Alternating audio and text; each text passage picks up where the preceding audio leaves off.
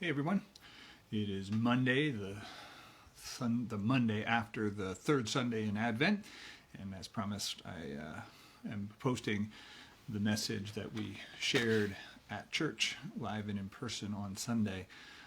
Going forward here, as per the regulations here in Pennsylvania, Windermere has suspended meeting in person through the second, well, we will meet again the second Sunday in January if all goes well, as a result of the new restrictions of gatherings of more than 10 people indoors. While it's not ideal, we do want to be honoring of those requests and caring for the people in our community that are particularly vulnerable to this, and see the spread at least slowed. I mean, the good news is the vaccine has already been rolled out, and hopefully we are looking at the light at the end of the tunnel. But we, as of now, are still in the tunnel, even though we can see the end out there. So we need to make sure that we're being careful and wise. But we will be meeting on Zoom. If you want that link, let me know. We'll be sending it out to our regular constituents through email, but we certainly would be happy to make it available to you. But you just reach out to us either on the Facebook page, or if you know me personally, you can certainly contact me that way as well. But on Sunday, we were talking about King Herod, which seemed like a strange character. We talked about several characters or personalities, if you will, through the Advent. We started with the prophets and their message of hope. We then went to what we called the God of Sarah, Elizabeth, and Mary, the God who makes the impossible possible, and talked about their involvement that way.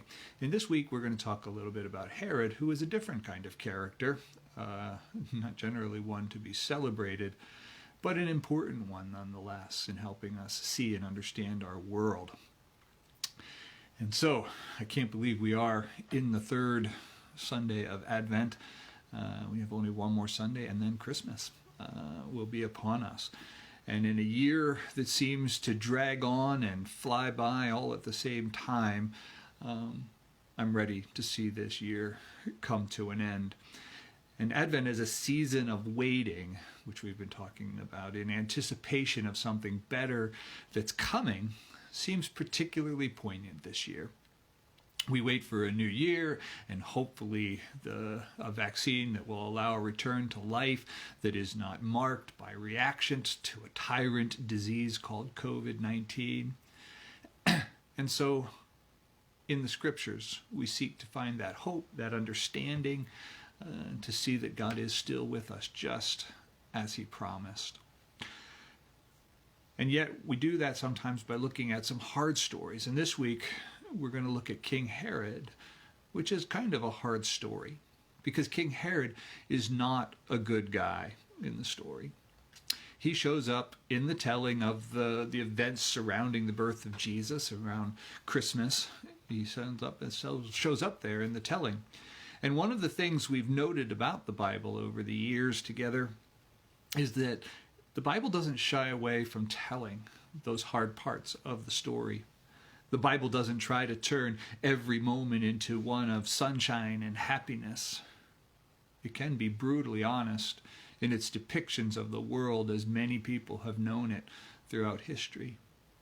The story of Herod is one such hard story that depicts a reality about how kings and leaders often go very wrong, and how those without power and voice suffer as a result. Pastor Brian Zahn says it this way: for the light of the gospel to shine truthfully, we need to be honest about the darkness in which it shines. But we don't often want to face that darkness, which is why you don't see Christmas cards that contain this verse from Matthew chapter 2. A voice was heard in Ramah, wailing in loud lamentation, Rachel weeping for her children.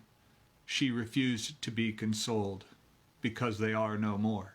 And then maybe with little Merry Christmas across the bottom. You just don't find that in a card. It doesn't seem to capture the essence of the season, why we want to celebrate. But these words were quoted by the prophet Jeremiah about exile in Israel in exile in Babylon. And they're brought to bear there in Matthew on this story, on a moment when in the wonderful Christmas story of Jesus' birth and the eventual visit of the wise men from the east, bearing those gifts from the other side of the world to honor a newborn king, these are the verses that come in the midst of that story. Because King Herod, in a fit of rage after the visit of the Magi, commands that all male children under 2 years of age be killed in order to protect his power and place in the world. Rachel, the wife of Jacob, referenced in those verses of Scripture, is one of the matriarchs of Judaism. Rachel died in childbirth and was buried just outside of Bethlehem. The prophet Jeremiah, then living 6 centuries before Christ, saw Rachel as a kind of patroness of Hebrew children, anticipating the brutal slaughter that would befall even children with the invasion of King Nebuchadnezzar, some Babylonian armies. Jeremiah depicts Rachel sobbing over innocent children who were killed during the invasion. King Herod, like many kings before him, like Nebuchadnezzar, knows no boundary to what he will do to either gain or retain power. And just as it saddened Rachel, so it saddens the gospel writer here in Matthew, and so it should sadden us. Interestingly, however, Herod was not an invading king in Israel.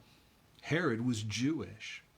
But Herod was also compromised. Herod had an Edomite father and a Jewish mother, which made him Jewish.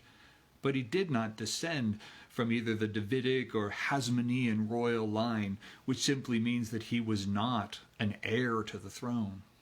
Instead, in 37 BC, around the age of 40, Herod was granted the kingship of Judea by the Roman Senate as a reward for his loyalty to Rome during the Parthian War.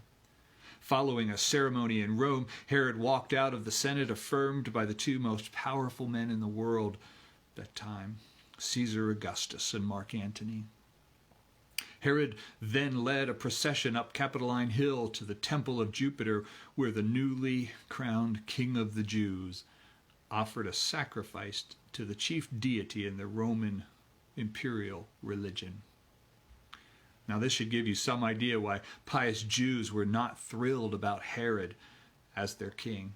It should also give you some idea of the kind of compromise that a Jewish king would be required to make to stay in Rome's good graces. Brian McLaren puts it in pretty stark terms.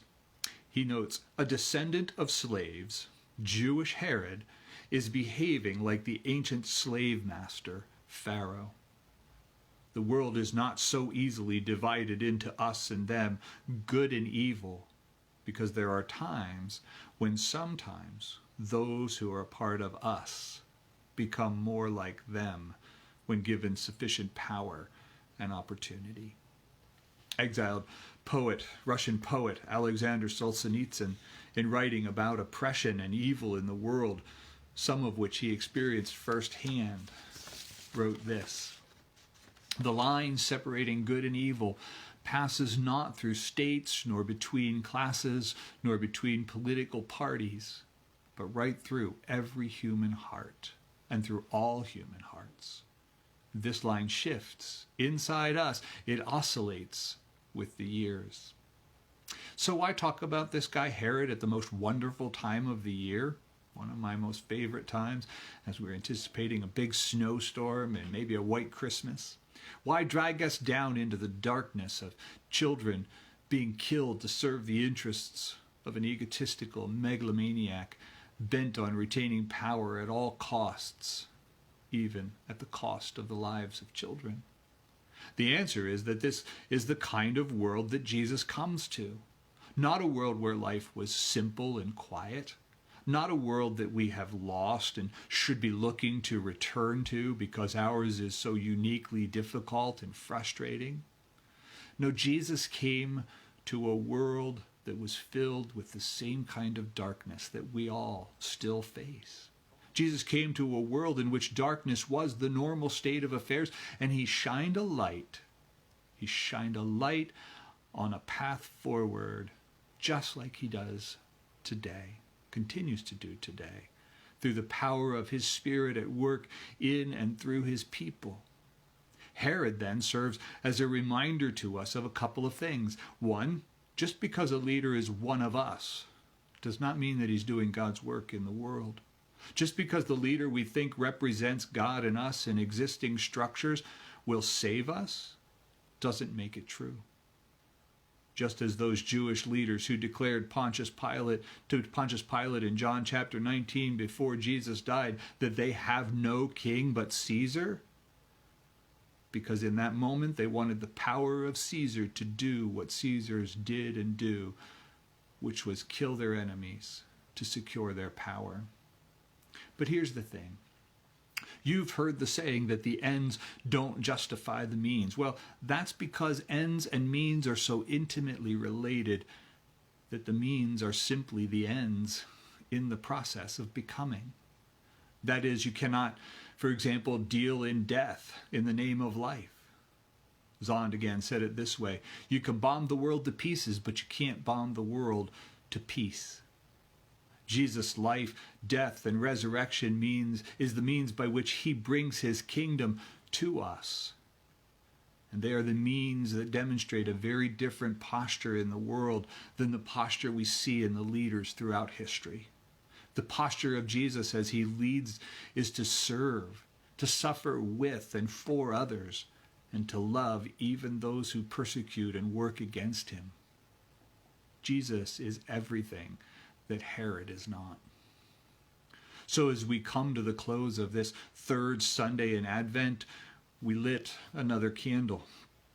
We lit a candle for those who walk in the great darkness of a world gone mad, who walk in the darkness of fear and oppression, who walk in the dark of doubt or ignorance, who walk in the dark confusion about who God is and what he wants from us. We light a candle to shine in the darkness that cannot overcome it.